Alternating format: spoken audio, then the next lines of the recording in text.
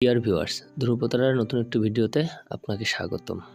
আজকে আমরা জানতে চলেছি একজন টিকটকারের জীবন কাহিনী সম্পর্কে। নিম্ন মধ্যবিত্ত পরিবারে জন্ম ইয়াসিন আরাফাতের।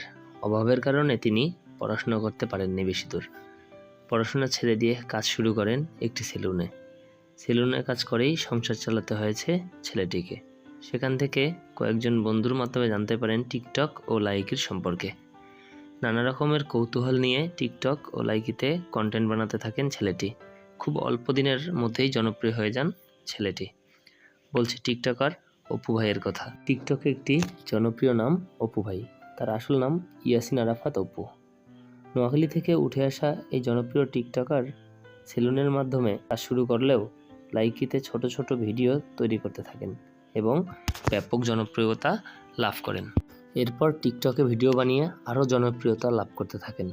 বর্তমানে তার লক্ষ লক্ষ ভিউয়ার এবং ফ্যান ফলোয়ার রয়েছে। মূলত রং করা চুল আর বিভিন্ন সংলাপের জন্য নেটিজেনদের হাসির খোরাক জুগিয়েছেন অপু। টিকটক ভিডিও বানানোর জের ধরে উত্তরায় পুলিশের হাতে গ্রেপ্তার হন অপু।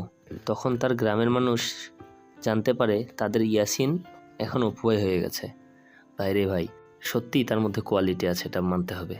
না হলে একজন সেলুনে কাজ করা একটা ছেলে কিভাবে হয়ে যায় দেশসেরা টিকটকার। অপুর বাড়ি নোয়াখালী জেলার সোনাইমুড়ি উপজেলার সোনাপুর ইউনিয়নের। ছোটবেলায় মা বাবার বিচ্ছেদের পর সোনাইমুড়ি ইউনিয়নের কৈশালারবাগ গ্রামে নানার বাড়িতে বড় হয় অপু।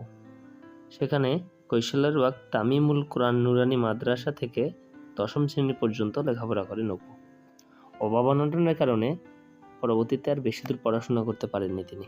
যদিও বা তিনি ক্লাস 10 অবধি পড়েছেন, তারপর তিনি আর পড়াশোনা করতে পারেননি। পড়াশোনা বাদ দেওয়ার পর মোবাইল এবং টিভি মেকানিকের কাজ শিখেন অপু। বেশ কিছুদিন সে কাজও করেন। তারপর সোনাইমুড়িতে সেলুনে কাজ শুরু করেন।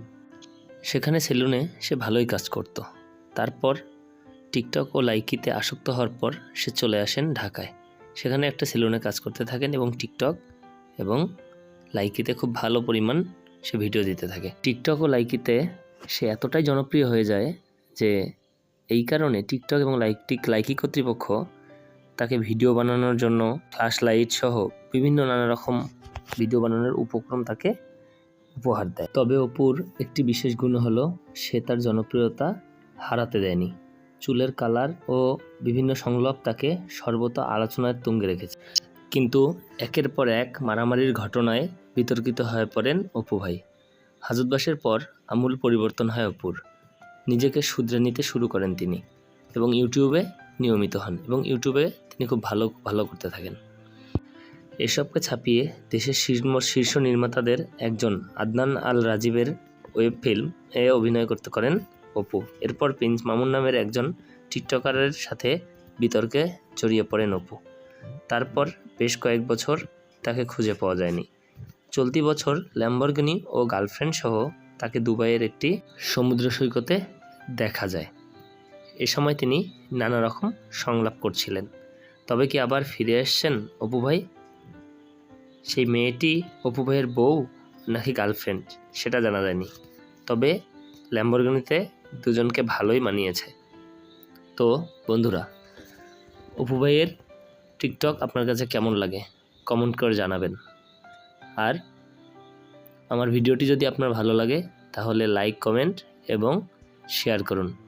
আর সাবস্ক্রাইব করতে ভুলবেন না। ধন্যবাদ।